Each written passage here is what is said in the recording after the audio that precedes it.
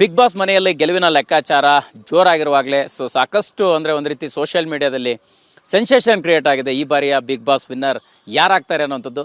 ಇದೆಲ್ಲ ಕುತೂಹಲಗಳ ನಡುವೆ ಅವರ ಗಿಲ್ಲಿ ನಟ ಅವರ ಕುಟುಂಬಸ್ಥರು ಬಸವರಾಜ್ ಅವ್ರು ನಮ್ಮ ಜೊತೆ ಇದ್ದಾರೆ. ಅವ್ರನ್ನೇ ಮಾತಾಡ್ಸೋಣ. ಸಹಜವಾಗಿ ಹೊರಗಡೆ ಗಿಲ್ಲಿ ಅಂದರೆ ಹೇಗೆ, ಅವ್ರ ಬೆಳವಣಿಗೆ ಏನು, ಅವ್ರ ಜೀವನ ಹೇಗೆ ಅನ್ನೋಂಥ ಕುತೂಹಲ ಇರುತ್ತೆ.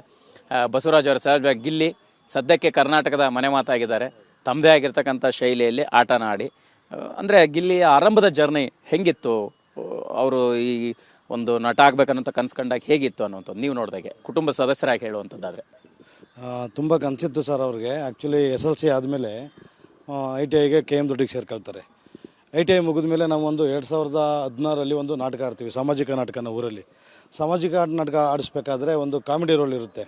ನಮ್ಮನ್ನೆಲ್ಲ ತುಂಬ ರಿಕ್ವೆಸ್ಟ್ ಮಾಡ್ಕೊಳ್ತಾನೆ, ಆ ಕಾಮಿಡಿ ರೋಲ್ ನಾನು ಕೊಡಿಯೋಣ, ನಾನು ಮಾಡ್ತೀನಿ ಅಂತ. ನಾನು ಚಿಕ್ಕ ಹುಡುಗ, ಕೊಟ್ಟರೆ ಎಲ್ಲ ಅಚಾತುರ್ಯ ಆಗ್ಬಿಟ್ಟದೋ ಏನಾಗುತ್ತೋ ಅಂತ ನಾವು ಚಾನ್ಸ್ ಕೊಡೋಕ್ಕಾಗಿಲ್ಲ ಅದರಲ್ಲಿ. ಆವಾಗ ಒಂದು ಫಸ್ಟ್ ಸೀನಲ್ಲಿ ಒಂದು ಸಣ್ಣ ಪಾತ್ರ, ಒಂದು ಲಾಂಗ್ ಹಿಡ್ಕೊ ಬರೋದು ವಿಲ್ಲನ್ ಜೊತೆ, ಆ ಪಾತ್ರ ಮಾಡಿದ್ದ. ಬಟ್ ಅವತ್ತು ನಾವೆಲ್ಲ ಇವ್ನು ಮಾಡ್ತಾನ ಅನ್ನೋದಂಗಿತ್ತು. ಇವತ್ತು ಹಂಗೆ ನಟನೆ ಮಾಡಿ ಒಬ್ಬ ಪ್ರತಿಭಾವಂತನಾಗಿ ಬೆಳೆದವನೇ ಅಂದರೆ ಭಾಳ ಖುಷಿ ಆಗ್ತದೆ. ಒಂದು ಬಡವ್ರ ಮಕ್ಕಳು ಬೆಳಿಬೇಕು ಅಂತ ಎಲ್ಲ ಹೇಳ್ತಾರೆ. ಬಡವ್ರ ಮಗ ಆಗಿದ್ದು ಕೂಡ ಅವನು ಪ್ರತಿಭಾವಂತವಾಗಿದ್ದಾನೆ ಅಂತ ಹೇಳ್ಕೊಳ್ಳೋಕ್ಕೆ ಭಾಳ ಖುಷಿ ಪಡ್ತೀನಿ. ಬಡವ ಪ್ಲಸ್ ಪ್ರತಿಭಾವಂತ ಎರಡೂ ಇದೆ. ಹಾಗಾಗಿ ಅವನು ಬೆಳಿಬೇಕು ಅಂತ ಭಾಳ ಇಷ್ಟ. ಮತ್ತು ಈಗ ಕರ್ನಾಟಕದಲ್ಲಿ ಪ್ರತಿಯೊಂದು ಮನೆಯಲ್ಲೂ ಮನೆ ಮಾತಾಗಿದ್ದಾನೆ.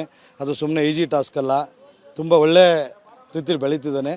ಹಾಗೆ ಬೆಳೀಲಿ, ಈ ಕರ್ನಾಟಕದ ಜನದ ಆಶೀರ್ವಾದ ಹೀಗೆ ಮುಂದುವರಿಲಿ ಅಂತ ನಾನು ಕೇಳ್ಕೊಳ್ತೀನಿ. ಪರ್ಟಿಕ್ಯುಲರ್ ಆಗಿ ಹೇಳ್ತಾ ಇದ್ರೆ ಅಂದರೆ ಅವರಿಗೆ ಒಂದು ಸಣ್ಣ ಪಾತ್ರ ಕೊಡೋಕ್ಕೂ ಕೂಡ ಅವತ್ತು ನೀವು ಹಿಂದೇಟ್ ಹಾಕಿದ್ರಿ ಅನ್ನೋವಂಥದ್ದು.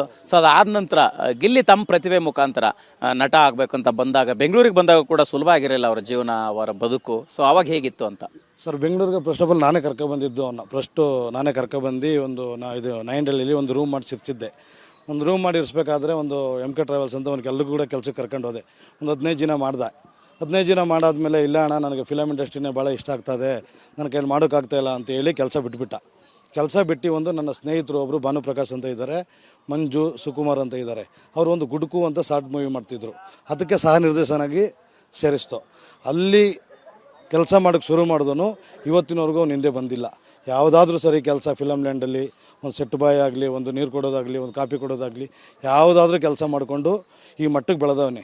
ಅದೇ ಖುಷಿ ವಿಚಾರ. ಈಗ ಗಿಲ್ಲಿ ನಟ ಶ್ರೀಮಂತರ ಬಡವರ ಅನ್ನೋಂಥ ಪ್ರಶ್ನೆ ಸೋಷಿಯಲ್ ಮೀಡಿಯಾದಲ್ಲಿ ಸಾಕಷ್ಟು ಚರ್ಚೆ ಕಾರಣ ಆಗ್ತಾ ಇದೆ. ಏನು ಅವರ ಉದ್ಯೋಗ ಆಗಿತ್ತು, ಅವರ ಫ್ಯಾಮಿಲಿ ಹಿನ್ನೆಲೆ ಹೇಳುವಂಥದ್ದಾದರೆ ಜನರಿಗೆ ಒಂದಿಷ್ಟು ಗೊಂದಲ ಕ್ರಿಯೇಟ್ ಮಾಡುವಂಥ ಸನ್ನಿವೇಶ ನಿರ್ಮಾಣ ಆಗ್ತಾ ಇದೆ ಅಂತ ಅನಿಸಿದೆ, ಹೇಗೆ ಅಂತ? ಖಂಡಿತವಾಗ್ಲೂ ಅದು ಗೊಂದಲ ನಿರ್ಮಾಣ ಆಗ್ತಿದೆ. ಯಾಕೆ ಅಂದರೆ ಅವ್ರ ತಂದೆ ತಾಯಿ ಇವತ್ತು ಕೂಡ ವ್ಯವಸಾಯ ಮಾಡೇ ಬದುಕ್ತಾ ಇರೋದು.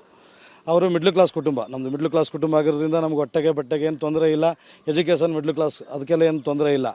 ಬಟ್ ಇವತ್ತು ಎಲ್ಲ ಮಾತಾಡ್ತಾರಲ್ಲ, PR ನೇಮಿಸ್ಕೊಂಡು ಪ್ರಚಾರ ಮಾಡ್ಕೊಳ್ತಾವನೆ ಅಂತ. ಅವ್ರ ತಂದೆ ತಾಯಿಗೆ PR ಅಂದರೆ ಯಾರು ಅಂತಲೇ ಗೊತ್ತಿಲ್ಲ. ನಿನ್ನೆ ಮಳೆ ಬಂದು ಇದು ಭತ್ತ ಕೂದಿದ್ದಾರೆ. ಮಳೆ ಬಂದುಬಿಟ್ಟು ಫುಲ್ ಎಲ್ಲ ನೆಂದೋಗ್ಬಿಟ್ಟು ತಲೆ ಮೇಲೆ ಕೈ ಹಿಡ್ಕೊಂಡು ಕುಂತಿದ್ದಾರೆ ಅವರು.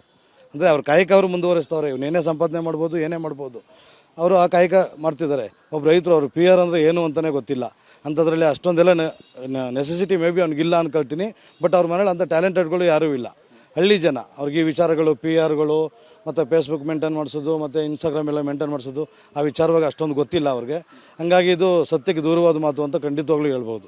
ಈಗ ಅವರು ಜರ್ನಿ ಶುರುವಾದಾಗ ಬಿಗ್ ಬಾಸ್ ಮನೆಗೆ ಒಳಗಡೆ ಹೋಗುವಾಗ ಏನೆಲ್ಲ ಹೇಳಿದ್ರು ನಿಮಗೆ? ಏನು ಈಗ ಅವರು ನಡೆದು ಬಂದ ಹಾದಿ ಬಗ್ಗೆ ಏನು ಅನ್ನಿಸ್ತಿದೆ ಅಂತ? ಇಲ್ಲ, ಭಾಳ ಖುಷಿ ಆಗ್ತದೆ. ಹಿಂಗೆಲ್ಲ ಕಷ್ಟಪಟ್ಟಿದ್ದೀನಿ, ನನಗೊಂದು ಒಳ್ಳೆ ಪ್ಲಾಟ್ಫಾರ್ಮ್ ಸಿಕ್ಕಿದೆ, ನಾನು ಹೋಗ್ತಾ ಇದ್ದೀನಿ, ಅಷ್ಟು ದಿನ ನಿಷ್ಠೆಯಿಂದ ಇದ್ದು ನಾನು ಚೆನ್ನಾಗಿ ಆಡ್ಕೊಂಡು ಬರ್ತೀನಿ ಅಂತ ಒಂದು ಅದನ್ನೇ ಹೇಳ್ಬಿಟ್ಟೋಗಿದ್ದ. ಎಲ್ಲ ಸಪೋರ್ಟ್ ಮಾಡಿ ಅಂತಲೇ ಹೇಳ್ಬಿಟ್ಟೋಗಿದ್ದ. ಬಟ್ ಹಂಗೆ ಹೋಗಿ ಚೆನ್ನಾಗಿ ಆಡಿದ್ದಾನೆ. ಒಂದು ನಮ್ಮೂರಿಗೂ ಹೆಮ್ಮೆ. ಒಂದು ಚಿಕ್ಕ ಹುಡುಗ ಅಲ್ಲಿಂದ ಹೋಗಿ 26-27 ವರ್ಷಕ್ಕೆ ಇಷ್ಟು ಜನಮನ್ನಣೆ ಪಡೆದವನೇ. ಇಷ್ಟೊಂದು ಕರ್ನಾಟಕಾದ್ಯಂತ ಒಂದು ಫ್ಯಾನ್ಸ್ ಫಾಲೋ ಉಟ್ಕೊಂಡಿದ್ದಾರೆ ಅಂದರೆ, ಒಂದು ಅಭಿಮಾನಿಗಳು ಉಟ್ಕೊಂಡವ್ರೆ ಅಂದರೆ ನಮಗೂ ಭಾಳ ಖುಷಿ ಆಗ್ತದೆ ವೈಯಕ್ತಿಕವಾಗಿ. ಮತ್ತು ಹೀಗೆ ಅವನು ಕೂಡ ಈಚೆಗೆ ಬಂದು ಆ ಅಭಿಮಾನಿಗಳನ್ನ ಉಳಿಸ್ಕೋವಂಥ ಮಟ್ಟಕ್ಕೆ ಇರಲಿ, ಕೆಲಸ ಮಾಡಲಿ ಅಂತ ನಾನು ಆಶಿಸ್ತೀನಿ. ಏನು ಕನಸಿತ್ತು ಗಿಲ್ಲಿಗೆ? ಅಂದರೆ ಒಂದು ನಟ ಆಗಬೇಕು ಅಂತ ಬೆಂಗಳೂರಿಗೆ ಬಂದ ತಕ್ಷಣ ಏನೋ ಒಂದಿಷ್ಟು ಆಲೋಚನೆಗಳಿರುತ್ತೆ. ನೀವು ಜೊತೆಗೆ ಜರ್ನಿ ಮಾಡಿದ್ರಿ. ಹಾಗಾಗಿ ಹೇಗಿತ್ತು ಅವರ ಜೀವನ ಶೈಲಿ? ಏರ್ಪೇರ್ ಕಂಡಿದ್ದಾರೆ. ಬೆಂಗಳೂರಲ್ಲಿ ಕೂಡ ಸುಲಭ ಜೀವನ ಇರಲಿಲ್ಲ. ಅದನ್ನು ಹೇಗೆ ಹೇಳ್ತೀರಿ ಅಂತ? ಸರ್, ಅವನು ಆ್ಯಕ್ಚುಲಿ ಬೆಂಗಳೂರಿಗೆ ಬಂದದ್ದೇ ಡೈರೆಕ್ಷನ್ ಡಿಪಾರ್ಟ್ಮೆಂಟ್ಗೆ, ಡೈರೆಕ್ಷನ್ ಮಾಡಲೇಬೇಕು ಅಂತ. ಈಗಲೂ ಕೂಡ ಅಚಾತುರ್ಯವಾಗಿ ಅವನು ನಾನು ರೆಕಗ್ನೈಸ್ ಆಗಬೇಕು, ರೆಕಗ್ನೈಸ್ ಆಗೋಕ್ಕೆ ಏನು ಮಾಡಬೇಕು, ಒಂದು ಶಾರ್ಟ್ ಮೂವಿ ಮುಖಾಂತರ ಮಾಡಿದ್ರೆ ಬೆನಿಫಿಟ್ ಆಗುತ್ತೆ ಅಂತೇಳಿ ಫಸ್ಟ್ ಒಂದು ಸೆಲ್ಫಿ ಬಗ್ಗೆ ಒಂದು ಶಾರ್ಟ್ ಮೂವಿ ಮಾಡ್ದ.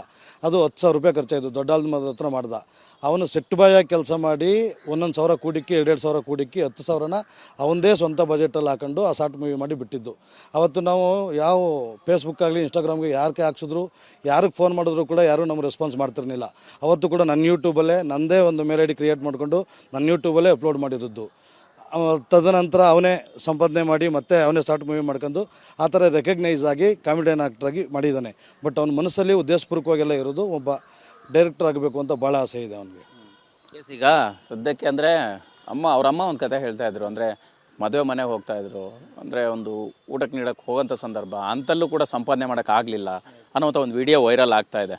ಸೊ ಹಾಗಾಗಿ ಗಿಲ್ಲಿ ಕಷ್ಟಪಟ್ಟಂತಹ ದಿನಗಳು ಹೇಗಿದ್ದು ನೀವು ಕಣ್ಣಾರೆ ಕಂಡಂಗೆ, ಒಂದಿಷ್ಟು ಜರ್ನಿ ಶುರುವಾದಾಗಂತ?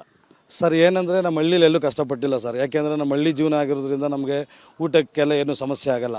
ಅವನು ಬೆಂಗಳೂರಿಗೆ ನಾನು ಜೀವನ ಮಾಡ್ತೀನಿ ಅಂತ ಬಂದು ಫಿಲಮ್ ಲ್ಯಾಂಡ್ಗೆ ಹೋಗಬೇಕು ಅಂತ ಬಂದಲ್ಲ, ಬೆಂಗಳೂರು ಬಂದು ತುಂಬ ಶ್ರಮ ಪಟ್ಟಿದ್ದಾನೆ. ಅನ್ನಕ್ಕೆಲ್ಲ ಅಲ್ದಾಡಿದ್ದಾನೆ, ಅದೆಲ್ಲ ಸತ್ಯ. ಬಟ್ ತುಂಬ ಶ್ರಮ ಪಟ್ಟಿದ್ದಾನೆ. ಇಲ್ಲಿ ಆ ಫೀಲ್ಡ್ ಆರಿಸ್ಕೊಂಡ ಮೇಲೆ ಅವನಿಗೆ ಕೆಲವೊಂದು ಜನ ಸ್ನೇಹಿತರು ಕೈ ಬಿಟ್ಟರು. ಅವಾಗ ಅವನಿಗೆ ಜೀವನ ಅವನೇ ಲೀಡ್ ಮಾಡಬೇಕಾಗುತ್ತಲ್ಲ, ಅವಾಗ ತುಂಬ ಕಷ್ಟಪಟ್ಟಿದ್ದಾನೆ. ಬಟ್ ನಮ್ಮ ಹಳ್ಳಿಲಿ ಅಂತ ಏನು ಕಷ್ಟಪಡುವಂಥ ಸ್ಥಿತಿ ಏನಿಲ್ಲ. ಅವ್ರು ನಮ್ಮ ಫ್ಯಾಮಿಲಿಗಾಗಲಿ ಏನೇ ಆಗಲಿ ಅಂತ ಕಷ್ಟಪಡುವಂಥ ಊಟಕ್ಕೂ ಸಮಸ್ಯೆ ಆಗುವಂಥ ಪರಿಸ್ಥಿತಿ ಏನಿಲ್ಲ. ಓಕೆ, ಈಗ ಫೈನಲ್ ಹಂತಕ್ಕೆ ಬಂದಿದ್ದಾರೆ, ಗಿಲ್ಲಿ ಗೆಲ್ತಾರೆ ಅನ್ನೋಂತಹ ಭರವಸೆ ನಿಮಗೆ ಎಷ್ಟಿದೆ? ಈಗ ಎಲ್ಲೋ ಒಂದು ಕಡೆ ಏನೋ ವ್ಯತ್ಯಾಸ ಆಗ್ತಾ ಇದೆ ಅಂತ ಅನ್ನಿಸ್ತಿದೆ, ಹೇಗೆ ಅಂತ? ಖಂಡಿತ ಅನ್ನಿಸ್ತಿದೆ ಸರ್. ಯಾವತ್ತು ಪ್ರೋಗ್ರಾಮ್ಗಳು ಕಲರ್ಸ್ ಕನ್ನಡಕ್ಕೂ ಒಳ್ಳೆ ರೆಪ್ಯುಟೇಷನ್ ಇದೆ. ಅದು ಯಾವತ್ತೂ ಪಾರದರ್ಶಕತೆಯೇ ಇರಬೇಕು.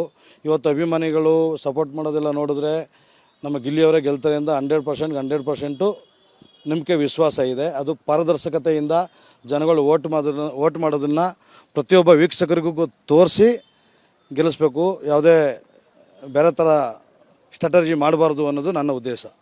ಥ್ಯಾಂಕ್ ಯು ಬಸವರಾಜ್, ಒಳ್ಳೆಯದಾಗಲಿ ನಿಮಗೂ ಕೂಡ. Thank you sir. ಇದಿಷ್ಟು ಗಿಲ್ಲಿ ಅವರ ಸಂಬಂಧಿ ಬಸವರಾಜ್ ಅವರ ಮಾತಾಗಿರ್ತಕ್ಕಂಥದ್ದು. ಅವರ ಜರ್ನಿನ ಆರಂಭದಿಂದ ನೋಡ್ಕೊಂಡು ಬಂದಿರತಕ್ಕಂಥವ್ರು.